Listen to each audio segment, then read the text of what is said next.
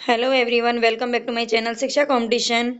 यहाँ पर जो हमारी सीरीज चल रही है हिंदी पीवाईक्यू के लिए, तो हिंदी के जो भी आज तक नेट में या किसी भी एग्जाम में जो पीवाईक्यू आए हैं उन यहाँ पर पढ़ रहे हैं। और आज हमारी जो क्लास है वो है 12 नंबर की। इससे पहले हम 11 क्लास कर चुके हैं। अगर आपने नहीं देखी है, जो नए बच्चे जुड़े हैं वो उन सारी क्लासेस को ज़रूर देख लेना। आपके लिए टीजीटी, पीजीटी, एचपीएससी या फिर यूजीसी नेट, अगर आप किसी की भी तैयारी कर रहे हैं, एच टेट, टीजीटी, अब किसी के भी लिए, तो वहाँ से आपके लिए बहुत ही हेल्प हो जाएगी। मतलब बहुत अच्छी तैयारी आपकी हो जाएगी। पीवाईक्यू करना बहुत ही ज़रूरी होता है। किस तरह के क्वेश्चन पूछे जाते हैं, और कुछ क्वेश्चन ऐसे होते हैं जो हमेशा रिपीट होते हैं। नेट वाले क्वेश्चन को टीजीटी में दे देते हैं, टीजीटी वाले को एमपी टेट में दे देते हैं, एमपी टेट को रीट में दे देते हैं। ऐसे ही है जो चलते रहते हैं ज़्यादातर क्वेश्चन, क्योंकि टॉपिक तो सबके सेम ही होते हैं। तो इनको आपके लिए करना बहुत ही लाभदायक रहेगा, इसलिए आप प्लीज़ पूरी क्लास को अच्छे से देखा करो और समझा करो, याद किया करो। और जो बच्चे नए हैं वो चैनल को सब्सक्राइब जरूर कर लेना प्लीज़। जिन्होंने नहीं किया है, आप सभी से रिक्वेस्ट है हाथ जोड़ करके कि चैनल को सब्सक्राइब कर लिया करो और अपनी जो वीडियो है उनको पूरा देखा करो, शेयर कर दिया करो अपने दोस्तों को। तो चलते हैं हम अपने फर्स्ट क्वेश्चन की तरफ बिना देरी किए। यहाँ पर हमारा फर्स्ट क्वेश्चन है, संलक्ष्य क्रम ध्वनि के भेद हैं। ये हमारी जो सीरीज है इसमें सारे भारतीय और पाश्चात्य काव्य शास्त्र से ही क्वेश्चन रखे गए हैं, तो इनको भी आप ध्यान दीजिएगा। संलक्ष्य क्रम ध्वनि के भेद कौन से हैं? रसादी ध्वनि, वस्तु ध्वनि, वर्णगत ध्वनि या फिर अलंकार ध्वनि। तो इनमें से कौन सा हमारा राइट ऑप्शन होगा? यहाँ पे नीचे कुछ विकल्प दिए गए हैं, तो उनका हम उनमें से हमें राइट ऑप्शन चूज करना पड़ेगा। ठीक है, तो संलक्ष्य क्रम ध्वनि के भेद कौन से हैं? तो इसमें वस्तु ध्वनि और वर्णगत ध्वनि। ठीक है, वस्तु ध्वनि और वर्णगत ध्वनि ये दोनों संलक्ष्य क्रम ध्वनि के भेद होते हैं। और इसमें जो हमारा राइट ऑप्शन होगा वो हो जाएगा बी और सी। ठीक है, बी और सी हमारा करेक्ट ऑप्शन हो जाएगा। इन दोनों को याद रख लेना। संलक्ष्य क्रम ध्वनि के जो भेद हैं वो है वस्तु ध्वनि और वर्णगत ध्वनि। नेक्स्ट क्वेश्चन की तरफ चलते हैं। तद दोषौ शब्दार्थौ सगुना अवन अलंकृति पुनः क्वापि, ये उक्ति किस आचार्य की है? तद दोषौ, ये तद दोषौ है, तद दोषौ शब्दार्थौ सगुना अलंकृति पुनः क्वापि, ये किस आचार्य की है? भामा, धनंजय, मम्मट या फिर भोजराज। तो ये जो उक्ति है ये किसकी है? मम्मट की है।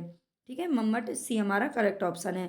नेक्स्ट क्वेश्चन की तरफ चलेंगे। सूची फर्स्ट को यानी कि मिलान करना है यहाँ पे आपको। औपम्य गर्भ विभावना, सादृश्य मूलक एकावली, विरोध गर्भ, उत्प्रेक्षा, श्रृंखला मूलक व्यतिरेक। यहाँ पर हमारे हमें अलंकार दिए हुए हैं, तो अलंकार हमें यहाँ पर बताने हैं। तो बताइए यहाँ पर हमारा कौन सा ऑप्शन है जो कि करेक्ट हो जाएगा? तो यहाँ पर हम देखते हैं, देखो बी ऑप्शन, वैसे इसमें मैंने मतलब विकल्प नहीं दिए हैं, लेकिन हम इसको मिलान कर लेते हैं। जैसे कि औपम्य गर्भ, औपम्य गर्भ में कौन सा आएगा? तो ये है व्यतिरेक। ठीक है, औपम्य गर्भ यानी कि व्यतिरेक से मिल जाएगा। और सादृश्य मूलक की अगर बात करें तो ये है उत्प्रेक्षा।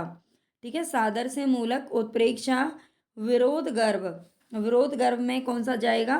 विभावना, विरोध गर्भ विभावना अलंकार है। और श्रृंखला मूलक का संबंध किससे है? तो ये है एकावली से। ठीक है, ये थोड़ा सा पास में है इसलिए आपको ठीक से दिखाई नहीं दे रहे होंगे, तो आप एक बार इनको अच्छे से समझ लेना। औपम्य गर्भ व्यतिरेक, ठीक है, यानी कि ए का हो जाएगा 4 और 3 हो जाएगा सादृश्य मूलक, उत्प्रेक्षा, विरोध गर्भ विभावना, श्रृंखला मूलक, एकावली। ठीक है, तो ये इनका क्रम याद रखना है। निम्नलिखित में से यह कथन सा काव्य घटना अनुकूल शब्दों उपस्थिति, ये शब्द ये किसका है वाक्य? तो ये कथन किसने कहा है? सा काव्य घटना अनुकूल, सा काव्य घटना अनुकूल शब्दों उपस्थिति, ये किसका है? रुद्रट, कुंतक, जगन्नाथ या फिर वामन। तो ये जो कथन है वो है जगन्नाथ का। जगन्नाथ 17वीं शताब्दी में थे।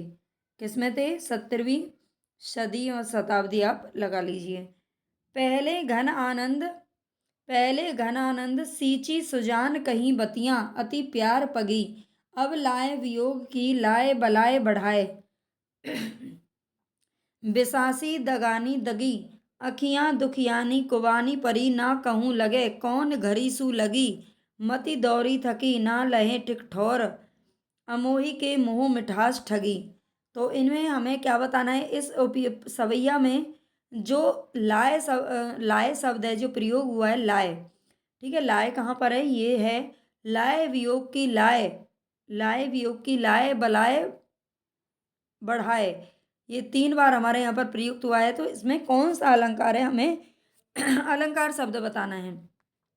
तो शब्द में अलंकार जिसमें होते हैं, देखो शब्द जो बार बार रिपीट होता है उसका, उसमें कौन सा अलंकार होता है, तो ये होता है यमक अलंकार, और उसका हर बार अर्थ कुछ ना कुछ अलग होता है।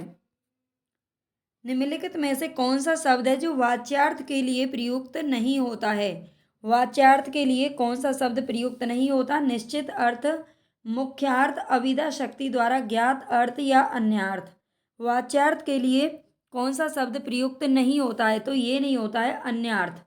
देखो वाच्यार्थ के लिए कौन सा शब्द प्रयुक्त नहीं होता है, तो ये अन्यार्थ नहीं होता है, इसका एक निश्चित अर्थ होता है और मुख्य अर्थ होता है, अभिधा शक्ति द्वारा ज्ञात अर्थ होता है, ठीक है। इसमें ये अभिधा जो शक्ति होती है, अभिधा शक्ति के 3 रूप बताए गए हैं, ठीक है, अभिधा लक्षणा और तो इनको याद रख लेना है, व्यंजना, अभिधा लक्षणा और व्यंजना, और इनको याद रख लेना, अभिधा को अन्य अर्थ नहीं बोलते, इसमें जो अर्थ होता है वो हमें डायरेक्ट समझ में आ जाता है। नेक्स्ट क्वेश्चन है यहाँ पर, सावधि व्यंजना के प्रकार बताने हैं। आर्थी व्यंजना, लक्षणा मूला, अभिधा मूला, लक्ष्य संभवा। तो इनमें से कौन सा है जो सावधि व्यंजना के प्रकार है, तो सावधि जो व्यंजना है उसके 2 प्रकार होते हैं, लक्षणा मूला और अभिधा मूला, ठीक है। सावधि व्यंजना के 2 प्रकार है, लक्षणा मूला और अभिधा मूला, इसको याद रख लीजिएगा। इसमें बी और सी इसके करेक्ट ऑप्शन हो जाएंगे। नेक्स्ट क्वेश्चन है हमारे यहाँ पर 8 क्वेश्चन है, यह कथन शक्ति व्युत्पत्ति और अभ्यास समन्वित रूप में काव्य हेतु है, निम्नलिखित में से कथन किसका है। शक्ति व्युत्पत्ति और अभ्यास समन्वित रूप में ही काव्य हेतु हैं, तो इनमें से किसका है ये कथन, हेमचंद्र, मम्मट, दंडी या फिर विश्वनाथ। तो ये जो कथन है वो है मम्मट का।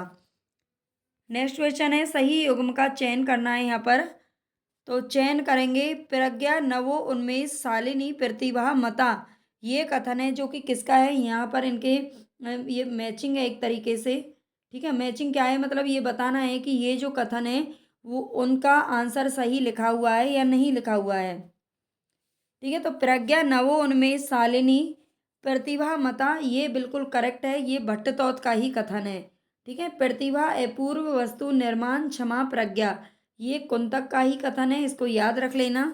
शक्ति कवित्व बीज संस्कार रूप, ठीक है, शक्ति कवित्व बीज संस्कार रूप है, ये हमारा जो ऑप्शन है, एक मिनट, हाँ ये हमारा सही है, एक सेकंड रुकिए, ये हमारा रॉन्ग है बी वाला, लेकिन सी हमारा सही है, शक्ति कवित्व बीजा संस्कार रूपे, ये मम्मट का कथन है। सा काव्य घटना अनुकूल, ये अभी हमने पढ़ा है, ये जगन्नाथ का कथन है, ठीक है। तो इसमें ए और सी और डी, इसमें ये तीनों के तीनों क्या है वो सही हो जाएंगे, ठीक है। इनको तीनों को याद रख लेना। बाकी इसमें जो बी दे रखा है वो इनका कथन नहीं है, आप मुझे कमेंट करके बताना कि ये किसका कथन है ना, थोड़ा बहुत आप भी सर्च किया करो ताकि आपको चीज़ें अच्छे से याद हो जाएं। रुद्रट वक्रोक्ति को शब्दालंकार मानते हैं, इसे अर्थालंकार किसने माना है। जो रुद्रट जी हैं ये वक्रोक्ति को क्या मानते हैं, तो ये शब्दालंकार मानते हैं, तो इसे यानी कि वक्रोक्ति को अर्थालंकार किसने माना है, दंडी, क्षेमेंद्र, वामन या आनंदवर्धन। तो ये माना है भाई किसने, वामन ने, ठीक है, वामन इसे अर्थालंकार मानते हैं। नेक्स्ट क्वेश्चन है, काव्य शास्त्र के इन ग्रंथों को रचनाकार के साथ सम्मिलित करना है। ध्वन्यालोक किसका है, तो ये आनंदवर्धन का है। ध्वन्यालोक किसका है, आनंदवर्धन का है, इसके पीछे लिख देती हूँ, ए से मिल जाएगा। साहित्य दर्पण किसका है, तो ये साहित्य दर्पण है भाई आचार्य विश्वनाथ जी का, यानी कि बी। और रस गंगाधर है पंडित जगन्नाथ जी का, सी। और मम्मट का है काव्य प्रकाश, ठीक है। तो इस तरह से मैच हो जाएंगे, यानी कि ए से हमारा 4 वाला मैच हो जाएगा, 4, और साहित्य, सॉरी, ए से हमारा 3 मैच होगा। है ना। आनंदवर्धन, साहित्य दर्पण आचार्य विश्वनाथ यानी कि फर्स्ट, रस गंगाधर 4, पंडित जगन्नाथ, काव्य प्रकाश किसका है, मम्मट का है। 3142 ये इसका ऑप्शन हो जाएगा। इन कथनों के साथ उनके अलंकारों को सुमेलित करना है। तो अलंकार बताने हैं किसके अंदर कौन सा अलंकार है। तो वह आदमी नहीं हैवान है, वह आदमी नहीं हैवान है, इसमें कौन सा अलंकार है। तो इसके अंदर जो अलंकार है, मैं अलंकार लिख लेती हूँ, आपनोति अलंकार, आपनोति अलंकार इसके अंदर है। ठीक है, वह आदमी नहीं हैवान है, इसमें आपनोति अलंकार है। वे तो मानो देवता हैं, वे तो मानो क्या है, देवता हैं, तो इसके अंदर उत्प्रेक्षा अलंकार है। ठीक है, उत्प्रेक्षा, मानो, जानो, ज्यों त्यों, इस तरह के जो शब्द आते हैं वो उत्प्रेक्षा के अंदर आते हैं। कहीं यह उसकी चाल तो नहीं है, कहीं यह उसकी चाल तो नहीं है, ये बिल्कुल करेक्ट है, इसमें भ्रांति मानी अलंकार होगा। आप तो साक्षात इंद्र हैं, आप तो साक्षात क्या है, इंद्र है, तो साक्षात इंद्र से उसकी तुलना की गई है। तो ये इसमें क्या है, रूपक अलंकार है। रूपक अलंकार में मतलब जब किसी से हम तुलना करते हैं तो उसको साक्षात उसी का रूप दे दिया जाता है। ठीक है, तुम तो शेर हो, है ना, और जैसे तुम तो शेर की तरह दिखते हो, तुम्हारा जो व्यवहार है वो तो एक शेर की तरह है, ऐसा मतलब बोलते हैं, तो वो का सा शेर की सी तरह, तो वहां पर हमारा उपमा अलंकार होता है। लेकिन अगर सीधा तुम तो शेर हो, बब्बर शेर हो, तो ये हो गया रूपक अलंकार। नेक्स्ट क्वेश्चन है यहाँ पर, इन कथनों के साथ आई होप आपको क्लास अच्छी लग रही होगी, क्वेश्चन अच्छे लग रहे होंगे, आपके समझ में आ रहे होंगे, मैं आपको समझा पा रही होंगी अच्छे से। और मुझे कमेंट करके बताना कि आपको क्लास कैसी लग रही हैं, और कितना मतलब मैं आपके लिए अगर मेहनत कर रही हूँ तो थोड़ा बहुत फीडबैक आप भी मुझे दिया करें प्लीज़, बताया करें कि आपको क्लास कैसी लगी है। पीडीएफ अगर आपको चाहिए तो टेलीग्राम चैनल ज्वाइन कर लेना, मैं इसकी जो डिस्क्रिप्शन है उसमें लिंक डाल दूँगी, कमेंट बॉक्स में भी डाल दूँगी, आप वहाँ से चैनल को ज्वाइन कर लीजिएगा, तो वहाँ पर आपको इसकी पीडीएफ भी मिल जाएगी। और प्लीज़ चैनल को सब्सक्राइब जरूर कर लीजिएगा। अभी इसमें 15-20 क्वेश्चन है, आप भागना नहीं। ठीक है, वो तो बस मैं एक बार बोल रही हूँ, आपको याद दिला रही हूँ। इन कथनों के साथ उनके अलंकारों को सुमेलित करना है। फिर दोबारा से हमारे सामने क्वेश्चन किसका है, तो ये अलंकारों का क्वेश्चन है।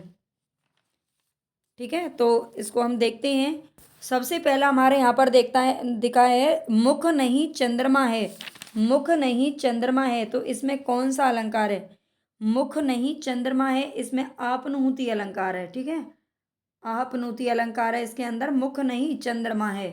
मुख तो चंद्र ही है, मुख तो क्या है, चंद्र ही है, तो इसमें कौन सा अलंकार हो जाएगा, तो ये हो जाएगा रूपक। मुख को चंद्रमा बता दिया गया है। ठीक है, तो ये रूपक अलंकार हो गया। मुझे देखकर, मुख देखकर चांद का आभास हुआ, मुख देखकर क्या हुआ, चांद का आभास हुआ, तो इसमें कौन सा अलंकार है, भ्रांतिमान अलंकार हो जाएगा। कौन सा अलंकार है ये, भ्रांतिमान अलंकार है, मतलब उसको ऐसा भ्रम हुआ कि जैसे सामने चांद है। और मुख है कि चांद, इसमें संदेह अलंकार है। मुख है कि चांद, इसमें कौन सा अलंकार है, तो ये संदेह अलंकार है, इसका याद रख लेना। नेक्स्ट क्वेश्चन है यहाँ पर, निम्नलिखित वर्गों में काल क्रमानुसार आचार्यों का कौन सा क्रम सही है। निम्नलिखित वर्ग दे रखे हैं यहाँ पर हमें, तो इनमें से देखो, जो मैंने कल एक पार्ट 1 इसका पढ़ाया था, एक मतलब पढ़ाया था, कुछ क्वेश्चन उसमें कराए थे मैंने, 35 क्वेश्चन कराए थे। तो वहाँ पर मैंने जो भी काव्य शास्त्र में जो भी आचार्य आते हैं उन सब का समय आपको बताया था, और बार बार बार बार बताया था, है ना। ये याद रखना बहुत ही ज़रूरी है, ये क्वेश्चन हर बार एक आध पूछा ही जाता है। ठीक है, तो इसमें हमें क्या करना है, इसका सही आंसर देना है, बताना है कि इसमें से कौन सा हमारा करेक्ट हो जाएगा। तो चलते हैं हम अपने क्वेश्चन की तरफ, इसमें कौन सा हमारा सही है। निम्नलिखित वर्गों में, अब मैं इसमें नहीं बताऊंगी, अगर आपने मेरी फर्स्ट वीडियो नहीं देखी है तो उसको जाके ज़रूर देख लेना। और एक शॉर्ट भी मैंने कल डाला था, शॉर्ट वीडियो भी, उसमें मैंने इनके कालक्रम को रखा हुआ है, केवल कालक्रम को। ठीक है, लॉन्ग में से, तो उसको भी आप देख लेना, उससे समझ में आ जाएगा। मम्मट, दंडी, भामा, आनंदवर्धन, तो देखो सबसे पहले इसमें जो समय है ना वो भामा का आता है। भामा का जो समय है वो 6वीं शताब्दी है, दंडी का 7वीं शताब्दी है, आनंदवर्धन का 9वीं 10वीं शताब्दी है, और मम्मट का भी 10वीं 11वीं शताब्दी में आता है। ठीक है, तो इस तरीके से यहाँ पर मैच हो जाएगा। भामा हमारे 6वीं शताब्दी के हैं, उससे पहले हैं, और भरत मुनि सबसे पहले आते हैं, वो दूसरी शताब्दी में पैदा हुए थे। ठीक है, यहाँ पर सुमेलन करना है, सुमेलित करना है, तो देख लेते हैं। शब्दार्थौ सहितौ काव्यम, ये किसका कथन है? शब्दार्थौ सहितम काव्यम, ये किसका कथन है? तो ये भाई कथन है किसका? भामा का कथन है। ठीक है, शब्दार्थौ सहितौ काव्यम, ये भामा का कथन है। ननु शब्दार्थौ काव्यम, ननु शब्दार्थौ काव्यम, तो ये किसका कथन है? ये दंडी का कथन है। किसका है? दंडी का कथन है। नेक्स्ट है शब्दार्थौ सहितौ, शब्दार्थौ सहितौ वक्र कवि व्यापार शालिनी, वक्र कवि व्यापार शालिनी, ये किसका है? तो ये कुंतक का है, ये कुंतक जी का कथन है। वाक्यम रसात्मकम काव्यम, ये तो मैच ही है ना, ये विश्वनाथ का कथन है। विश्वनाथ हमारे 14वीं शताब्दी के है। ठीक है, 14वीं शताब्दी में थे। और कुंतक की अगर बात करें तो कुंतक हमारे 10वीं शताब्दी, 10वीं 11वीं के बीच में थे। तो ये आप याद रख लेना, इन कथनों को याद कर लेना, बहुत ही इंपॉर्टेंट होते हैं। शब्दार्थौ सहितौ काव्यम भामा का कथन है। ननु शब्दार्थौ काव्यम दंडी का कथन है। शब्दार्थौ सहितौ वक्र कवि व्यापार शालिनी कुंतक का कथन है। और वाक्यम रसात्मकम काव्यम, ये विश्वनाथ का कथन है। नेक्स्ट क्वेश्चन है हमारा यहाँ पर, निम्नलिखित ग्रंथों को उनके आचार्यों के साथ सुमेलित कीजिए। ये थोड़ा सा क्या है कि आज थोड़ा सा मिसप्रिंट रहा है, मतलब इसको बाद में एडिट करने का थोड़ा मतलब ध्यान नहीं रहा या टाइम नहीं मिला, तो और मैंने करवाई भी किसी और से थी, तो इसलिए हो नहीं पाया ठीक से, है ना, मैंने ध्यान नहीं दिया। तो कोई बात नहीं, मैं इनके सामने आपके जो आंसर है वो उसको लिख देती हूँ। समझने वाले तो समझ ही जाएंगे, और जिनको कमी निकालनी है वो निकाल के ही जाएंगे। तो यहाँ पर देखिए ध्वन्यालोक, ध्वन्यालोक किसका है? तो ध्वन्यालोक जो आचार्य हैं इसके, वो आनंदवर्धन है। ध्वन्यालोक के कौन है? तो आनंदवर्धन है, सभी जानते हैं इस बात को। और काव्य अलंकार की अगर बात करें तो अलंकार किसने का है? तो अलंकार सिद्धांत किसने दिया था? भामा ने दिया था। ठीक है, ये भामा का है। काव्य प्रकाश की अगर बात करें तो ये मम्मट का है, काव्य प्रकाश। ठीक है, ये मम्मट का है। और काव्य अनुशासन किसका है? हेमचंद्र। अनुशासन में कौन रहते थे? हेमचंद्र जी रहते थे। ठीक है, तो हो गई हमारी बहुत अच्छी मैचिंग। वैसे भी इसी तरह से याद रखना है हमें चीज़ों को। वक्रोक्ति संप्रदाय के विरोधी आचार्य कौन है? वक्रोक्ति संप्रदाय के विरोधी आचार्य पूछ रहा है आपसे, तो ये कौन है? भामा, विश्वनाथ, रुद्रट या फिर मम्मट। तो इसमें से जो देखो, भामा, रुद्रट और मम्मट, ये तीनों के तीनों इसके फेवर में रही हैं, लेकिन जो विश्वनाथ जी है ना जी, बी, ये है इसके क्या है? वक्रोक्ति संप्रदाय के विरोधी आचार्य हैं। काव्य हेतुओं में व्युत्पत्ति का सही अर्थ क्या है? काव्य हेतुओं में व्युत्पत्ति का सही अर्थ बताना है। परिश्रम, शब्द ज्ञान, लोक ज्ञान या प्रगाढ़ पांडित्य। तो बताना है काव्य हेतुओं में काव्य हेतुओं में व्युत्पत्ति का सही अर्थ है परिश्रम, शब्द ज्ञान, लोक ज्ञान या प्रगाढ़ पांडित्य। तो ये है शब्द ज्ञान। ठीक है, शब्द ज्ञान क्या है? काव्य हेतु में व्युत्पत्ति का अर्थ है। इसको याद रख लेना। काव्य गुणों के प्रतिष्ठापक आचार्य कौन है? तो ये रुद्रट, दंडी, वामन या अप्य दीक्षित, ये हैं भाई दंडी भाई साहब। ठीक है, दंडी जी जो हैं काव्य गुणों के प्रतिष्ठापक आचार्य हैं। वे दग्धा भंगी भनीति, ये किसका सूत्र है? वे दग्धा भंगी भनीति किसका सूत्र है? कुंतक, भोज, राजशेखर, पंडित राज जगन्नाथ। तो ये कुंतक का कथन है। ठीक है, ये किसका सूत्र है? तो ये कुंतक जी का सूत्र है। नाटक को पंचम वेद किसने कहा है? 4 वेद तो होते ही हैं, सब जानते हैं। नाटक को पंचम वेद किसने बोल दिया? तो ये वही बोलेगा जिसने नाटक के ऊपर कुछ लिखा होगा। तो ये है हमारे भरत मुनि जी। ठीक है, भरत मुनि जी जो कि दूसरी शताब्दी में थे, और इन्होंने एक ग्रंथ लिखा था नाट्य शास्त्र, और ये रस सिद्धांत के प्रणेता थे। नाट्य शास्त्र नाम से इन्होंने ग्रंथ लिखा था, इसको याद रख लेना। एवं क्रम हेतुम अभिधाय रस विषय लक्षण सूत्र महा, यह रस संबंधी सूत्र किस आचार्य का है? एवं क्रम हेतुम अभिधाय रस विषय लक्षण सूत्र महा। देखो ये थोड़ी संस्कृत होती है, इसको एक एक दो बार आपको याद करना पड़ेगा, तभी याद हो पाएगा। ये रस संबंधी सूत्र है जो कि किसका है? भरत मुनि, आनंदवर्धन, अभिनव गुप्त या फिर हेमचंद्र। तो ये जो कथन है वो है भरत मुनि जी का। काव्य दोष की परिभाषा इनमें से सबसे पहले किसने दी है?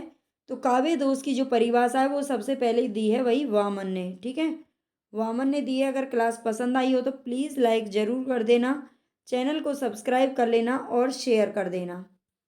Okay, thank you, take care, धन्यवाद।